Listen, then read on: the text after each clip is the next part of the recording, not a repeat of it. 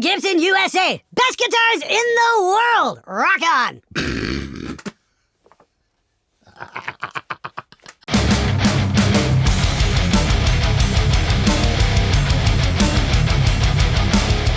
I must say that ELE drums have been inspiring. I cannot set up my kit at the moment due to where I live, and I've tried to write with other drum plugins, but they sound so anemic and fake. ELE drums with that bleed really make the drums feel like you're in the room with the drums. Definitely has upped my writing lately since I got ELE drums. Hey, Ant-Man, thanks so much for reaching out and letting us know what you think about that. You know, that's the thing. I've always said you can sit around and bitch or you can do something about it. And with the ELE drums, we try to do something about it. If you guys don't know what that's all about, go check it over at spectredigital.com. We're trying to push electronic drums into the future with the technology that's now available. The line is definitely starting to blur between acoustic drums, electronic drums. It's finally starting to mature, much like Amp Sims did maybe about 3-4 years ago. Now that's starting to happen with the drums as well, and it's long overdue because I understand so many of you guys out there would like to record real kits, but you just don't have the space or the budget or anything else. You know, this will definitely get you closer to that kind of sound without all the massive expense. Check it out. What's really fun is shooting out real tubes with the AMT Warm Stone Solid State 12AX7. In some circuits, it makes a bit of a hissing sound that gives it away, but in best cases, it actually sounds indistinguishable from the real thing. Hey, Rudolph, thanks for bringing that up. I've never heard of the AMT Warmstone. So I did a little digging, and yeah, it's like a solid state replacement for a 12AX7. Very interesting stuff. I think I might try and grab a set and just see how it reacts, see how it feels. More importantly, see how it sounds, because solid state's obviously much more reliable than a tube circuit just because of the nature of the physical makeup. You know, this is the thing. Jim Lill did that video there a few weeks ago where he said, hey, where's the sound coming from in an amp?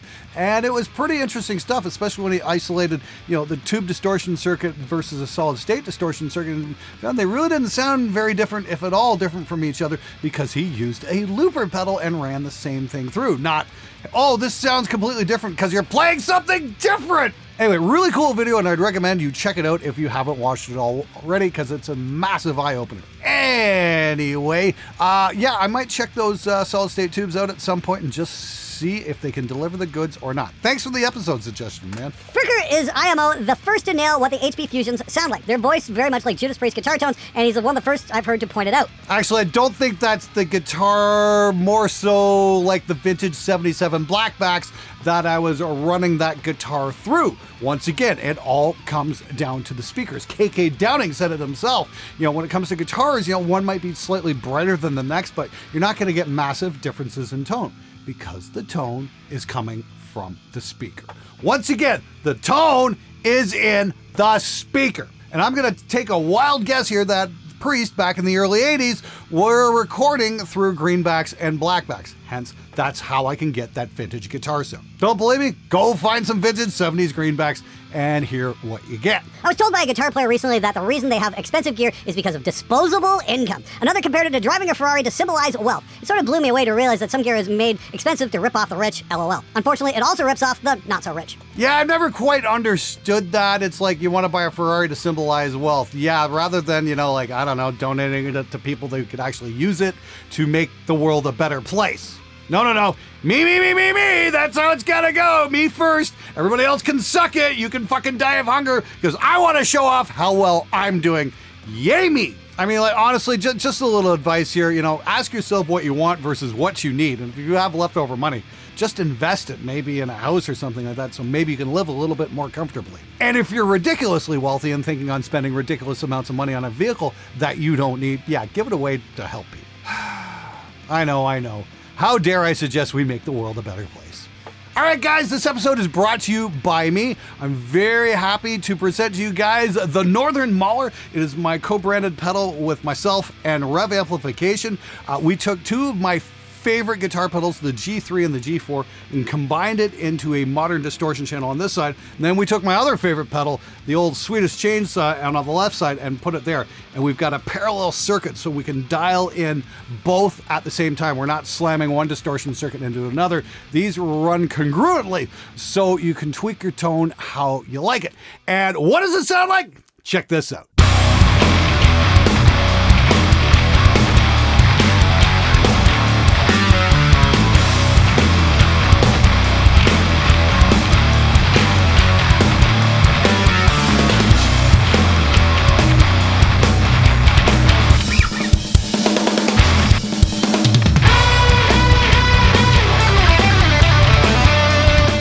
Now, if you're into that kind of sound, you want something heavy as fuck, and you want to explore some tonal variations and combine the best of modern with the best of classic death metal tones, this is the one to get. Links in the description below. It is on sale now. And once again, it's made in Canada with pride from the guys at Rev Amplification. All right, now it's time for the Butthurt of the Week.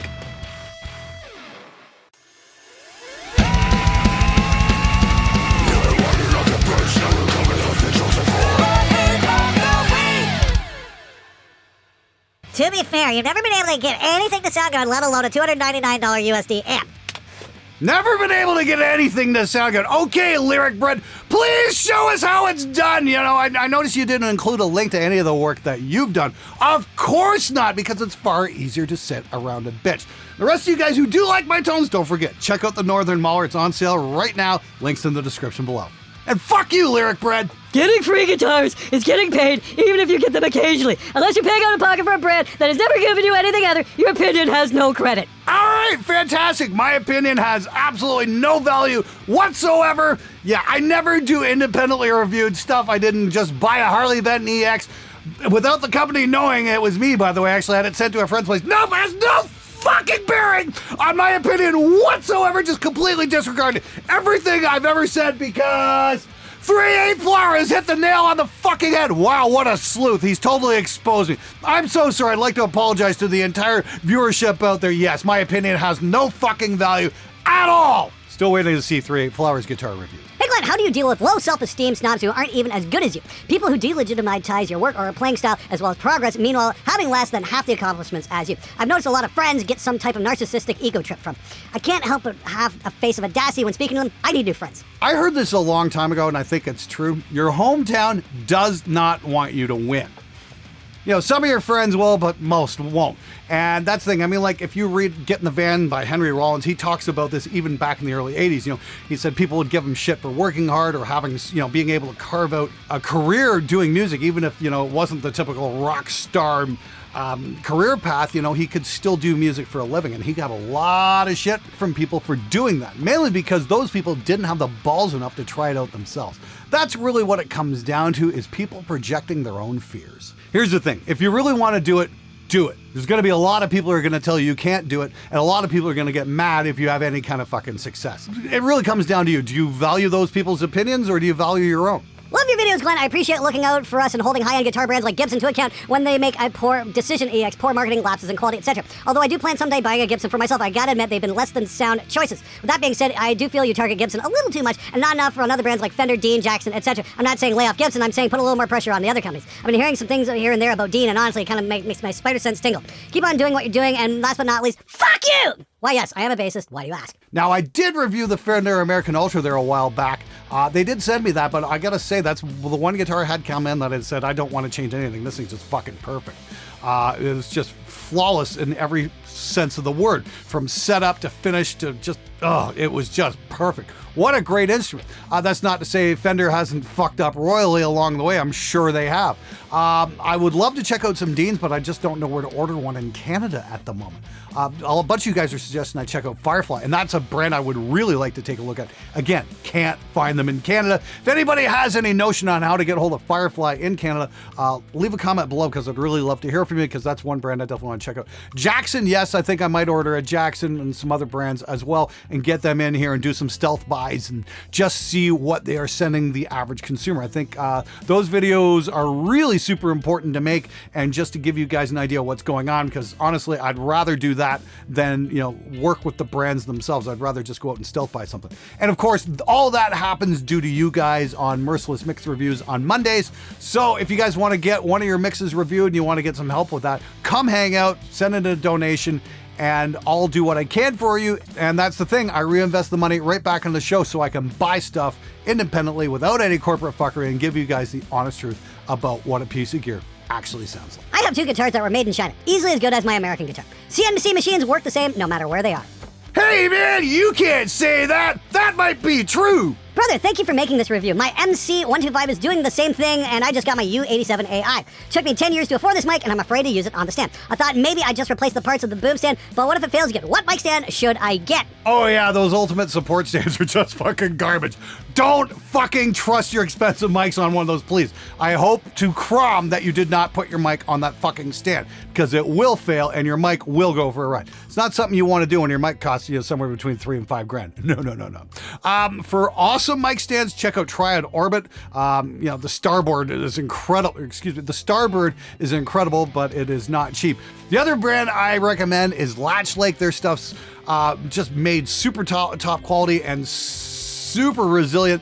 You can definitely trust your mic on one of those. Highly recommend the Latch Lake stuff. I know those guys. They're amazing people. Definitely check them out. Exporting mono tracks as stereo. Sigh. Guilty. Man, I don't know how many fucking times I've had to deal with that bullshit. Smarten up, fuckers! Yo, Glenn, I need a mic to record hi-hats without snare bleed. Any recommendations? I'm sure you've already covered it, so maybe an episode I can watch? No, you know what? I can't give you any recommendations. I mean, like an SM7 maybe. You're always gonna get drums bleeding into one another. That's just the nature of recording live drums. It's how we treat those microphones in the mix. That's where the art is.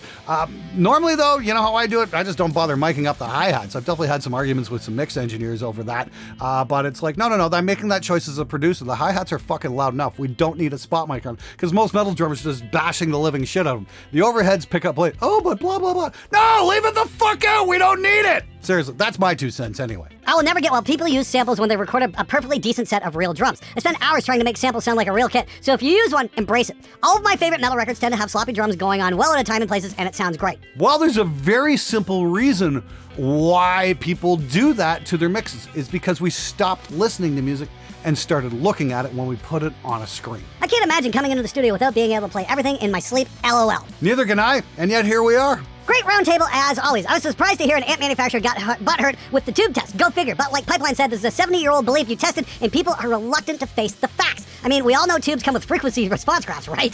So they must change the sound more than speakers do, or strings, or pickups. As for Chinese versus other country manufacturing, if it's good, it's good. Comma. Cheers. Yeah, I definitely pissed a few people off with that tube test video. I think I'm going to do a follow-up on that this year, because I finally got Room EQ Wizard, and I'm starting to chart some frequency response graphs so we can even see a little bit more closely what's going on. Be very curious to see exactly what's up when we start swapping tubes on frequency response graphs, but I got a feeling a lot of people might not like the results.